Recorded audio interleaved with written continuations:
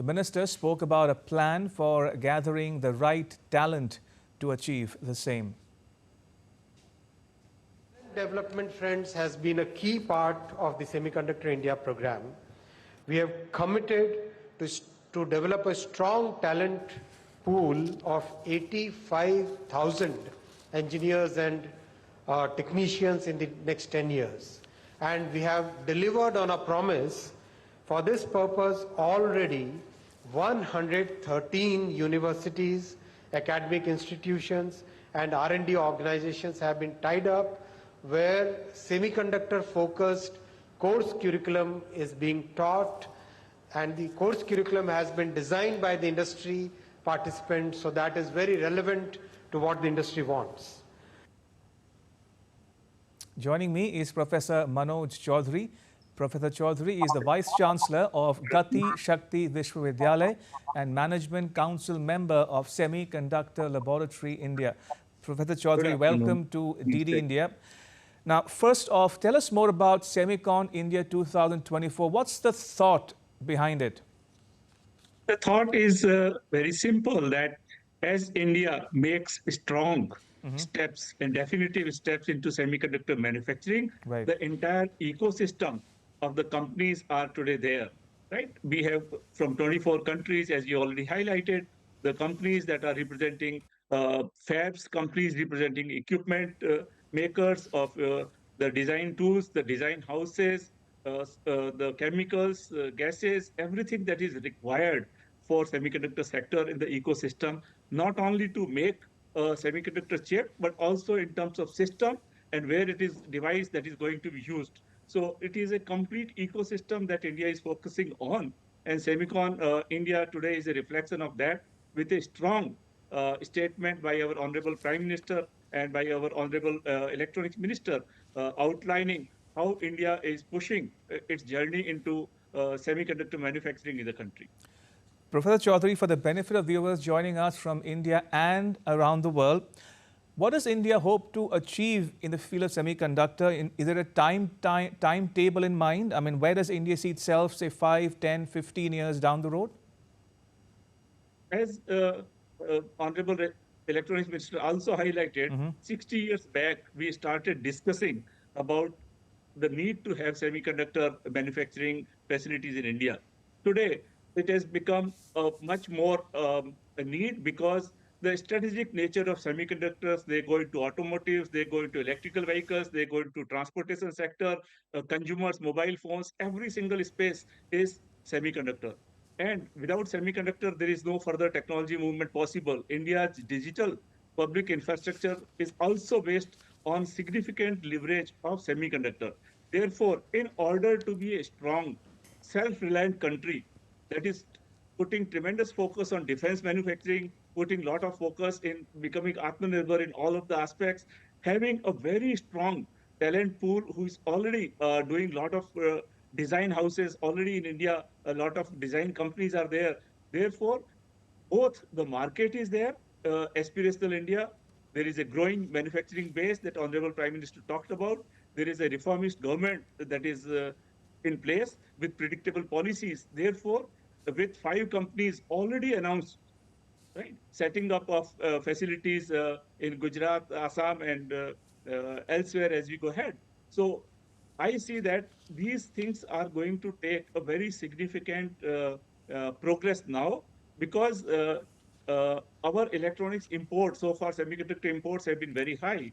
Already today it was announced, and as we know that by 2030, we are expecting semiconductor market in India to grow to $100 billion, which will perhaps exceed the oil import that we are doing. And therefore, it is both strategic, it is both needed for us in order for our country to become a developed country. Such a critical technology like semiconductors, which will be needed in defense, space, transportation, railways, aviation, all sectors. And therefore, a foundational technology like semiconductor has become most crucial. And with the kind of investments that are coming, with the kind of government incentives that are happening, the kind of semiconductor curriculums made in the universities, and the talent pipeline that is getting created, I am very, very hopeful that India is pursuing very strongly, and we shall achieve great result by 2029, 2030. Indeed. Professor Chaudhary, in the last few years, we've heard of this phrase which has been cited by many countries in the West, China plus one. From a business perspective, commercial perspective, how many foreign companies do you think have either committed investments in India or want to set up semiconductor facilities in India, and where? Yeah, 5 of them, as we specifically have already announced the investment in India. Micron being the first one, followed by Tata Electronics along with PSMC. Then we had Tata Semiconductor setting up a facility in Assam. Then we had CG Power and Renesas setting up another facility in Gujarat. And recently the case, there are already discussions that we are hearing between Tower Semiconductor and Adani Group possibly partnering to set up further facilities. So with government incentives and predictable policies, as I highlighted, stable policies, everybody today thinks that India is the destination. As Honorable Prime Minister also mentioned, when chips are down, India is one place that you can put your bet on. And therefore, with the right kind of talent availability, right kind of ecosystem, the governmental support, the right kind of engineering talent availability, I think the time is right, and we are making a very fast movement with lot of gati and lot of shakti.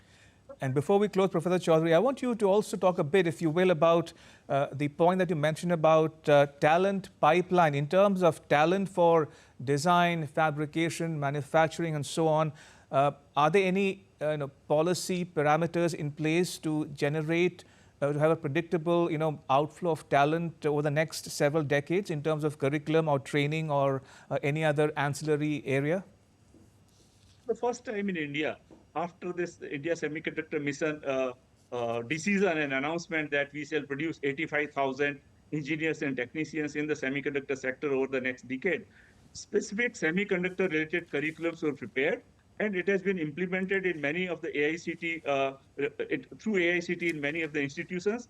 Several companies are coming forward, Lam Research, for example, with its program, AMD, and many companies are coming forward and partnering with the institutes, universities like us, and different IITs in order to take this whole journey of building semiconductor talent pipeline, which is industry aware, industry relevant, and easily and most conveniently and suitably employable in the industry.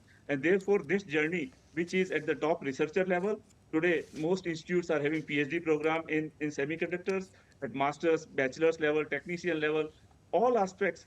We definitely see that there is a surge in the semiconductor related courses. There is a lot of demand from the semiconductor companies.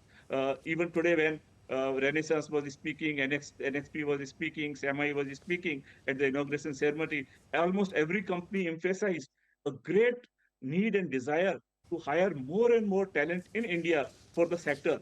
And therefore, we have a tremendous opportunity to generate new employment, skilled employment, and a high level degrees and qualifications that is required for the semiconductor sector, and that is what we are currently doing. Railways, for example, is today growing very significantly. All the new trains are modernized like Vande Bharat. They require a lot of electronics components. So even in Gati Shakti Vishwavidyalaya, which is a specialized university in transportation and logistics sector, we are putting tremendous emphasis on the semiconductors and electronics that may be used for railways, that may be used for aviation sector, and so on. Professor Chaudhary, thank you so much for joining us and sharing your thoughts and insights with our viewers at home and abroad. Thank you for your time.